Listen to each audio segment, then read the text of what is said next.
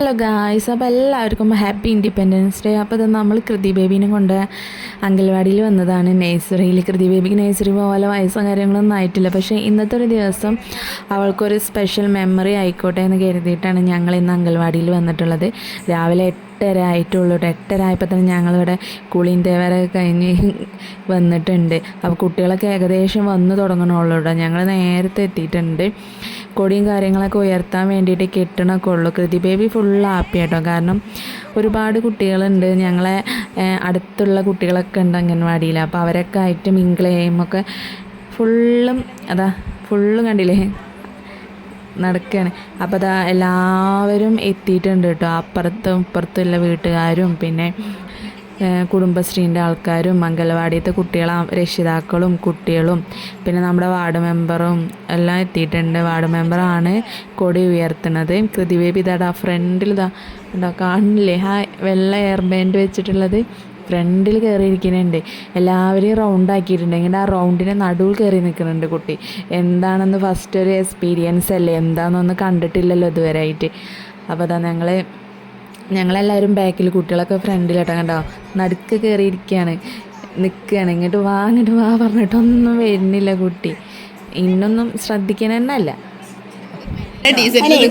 കുറച്ച് വേഗം കുട്ടിക്കണേ നാലുള്ള എല്ലാരെയും നോക്ക്.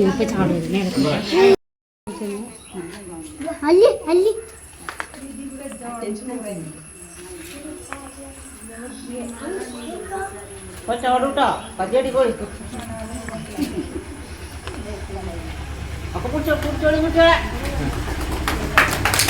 എല്ലാവർക്കും 78ാം സ്വാതന്ത്ര്യ ദിനാശംസകൾ.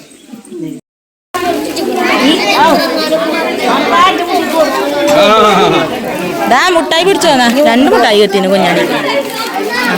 നീ വാ പോരെ.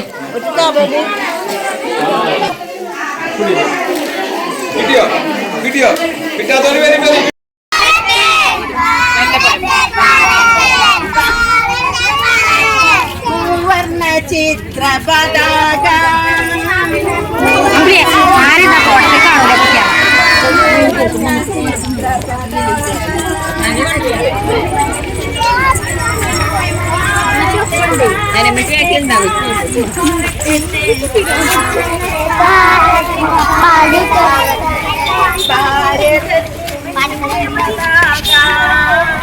ഭാരതത്തിന്റെ പതാക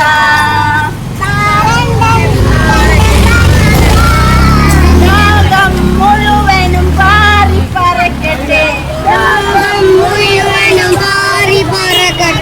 വാനിലുയർന്നു പതാക,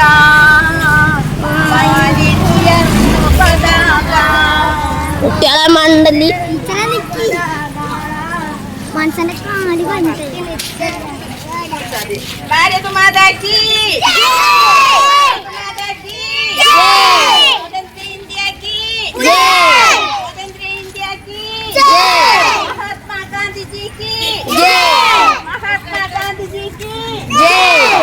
जवाहरलाल नेहरू की जय जय भारत माता, जय जय भारत माता, जय जय स्वतंत्र इंडिया, जय जय स्वतंत्र इंडिया.